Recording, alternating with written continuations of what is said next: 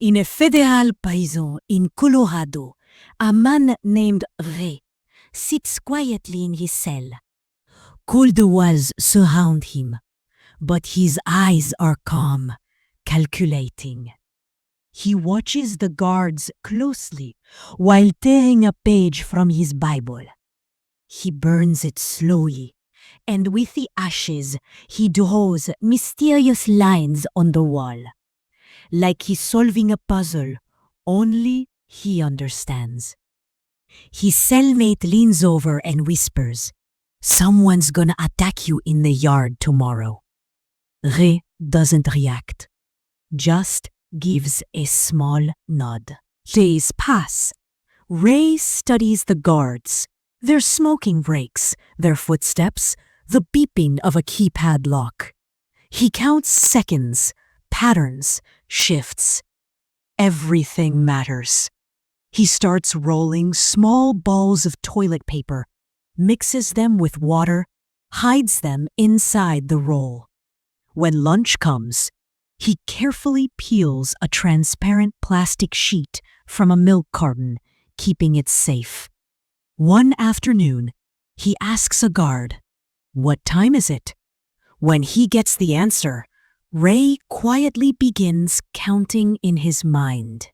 Second by second, he's syncing his internal clock to theirs. Outside, he rides out unnoticed, escaping in a truck driven by his friends Hush and Abigail. They speed down the road, drop him at a small store, and hand him a coin. Reca uses it to make a single call. He dials a number and says only one word: "Showtime." Within minutes, police surround him. He raises his hands and smiles. He's arrested again, but he doesn't care. His man on the outside, Lester, is already handling everything. Later, in a new prison, Lester visits Reca. He explains the truth. They both work for a private security firm hired by governments to test prison systems by breaking out of them. Reca has already escaped from 14 prisons. He breaks down how he did this one. He studied the guards' routines, found a weak fire garage, purposely made enemies to get into solitary. There, he used the plastic sheet to get the guards' fingerprints, hid it in his Bible, used his paper balls to jam the food hatch, and tested combinations on the keypad.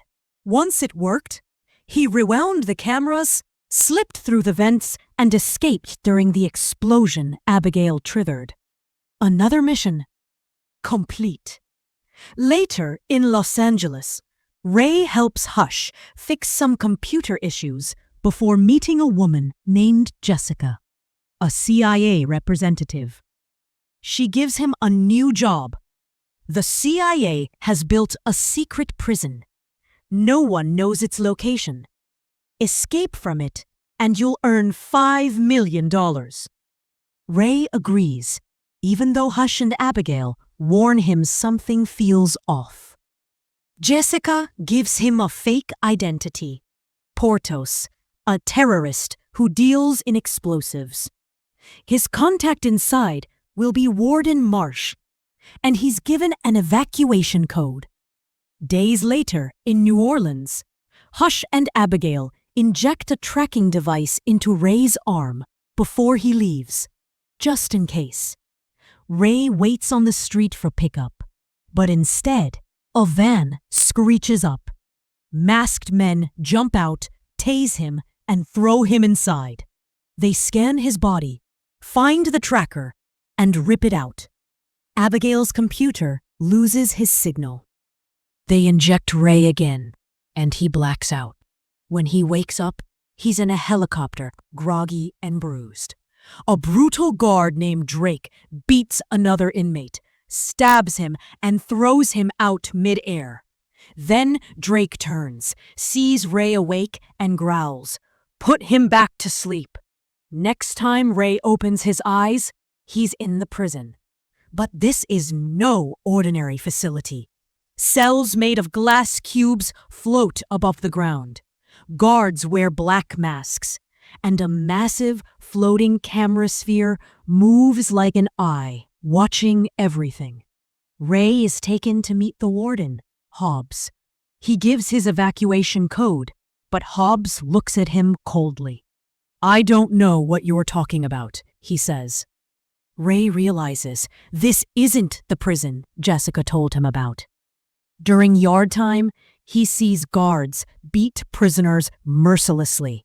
Each inmate's uniform has a barcode that must be scanned through every door. Then, through the speakers, Hobbs's voice echoes, "Welcome, Portos." That night, a few thugs corner Ray. They want to test the new guy. Big mistake. Ray breaks the leader's hand and drops him instantly. Before the others move, an inmate named Emil steps in. "Easy," he says. "You don't want to fight this one." Emil later tells Ray he used to work for a man called Mannheim, a modern-day Robin Hood who stole from the rich to help the poor. But Hobbs wants Mannheim's location, and Emil refuses to talk. Ray doesn't care about that. He just wants out. Meanwhile, Hobbs scolds Drake for killing a prisoner earlier. Turns out, not everyone here is guilty. Some were taken for knowing too much. And on Hobbs' desk lies a copy of Ray's book. Days pass. Ray watches everything. Guards, routines, the lights, even Muslim inmates who pray without sunlight. He tells Emil he needs access to the isolation cells. Emil nods and suddenly punches Ray, starting a fight. Guards rush in and both are dragged away. They're thrown into metal boxes with blinding lights and scorching heat. It's pure torture. Ray endures it, studying every detail, every bolt, every rivet. Later, Dr. Kyrie visits to check on him. Ray tries to talk, but Kyrie stays silent. When he leaves, Drake questions Kyrie. The doctor lies, and Ray notices. He's not fully corrupt. When Ray and Emil return to the common area, Ray starts drawing plans on the table. "I need a piece of metal," he says. "Help me." "I need a piece of metal, and I'll get you out too." Emil tricks Hobbs by pretending to start another fight to get back into isolation. Once there, Ray works silently. His hands bleed, his skin burns, but he keeps going. Emil screams to cover the noise. Finally, Ray removes all the rivets, covers the camera with bread, and taps the wall, the signal. Emil starts shouting in German to distract the guards. Ray opens the hatch, crawls down a ladder, and finds a tunnel. He climbs through pipes, breaking wires, and bursting into a vent. He looks up and freezes. Through a small gap, he sees the ocean. The prison is floating on water. Suddenly, guards approach. Ray retreats, dives back as flooding water pushes him down. He fights his way back up, just in time for the guards to find nothing. Meanwhile, Abigail and Hush lose Jessica's payment. Lester assures them it's fine, but secretly, he's working with Hobbs. Days later, Hobbs finds the rivets. He calls Lester. "Keep Ray forever," Lester orders. Now, Hobbs knows everything. The torture resumes. Guards deprive Ray of sleep, beating him daily. Emil motivates him to survive. And finally, Ray tells the truth. He was once a prosecutor. A man he sent to jail escaped and murdered his family. That's why he dedicated his life to prison security. The sketch he's been drawing? It's his son's face. Determined, Ray starts observing again. He plans his next move. Emil stabs Ray in the lunchroom. Fake injury. Guards rush into Kyrie.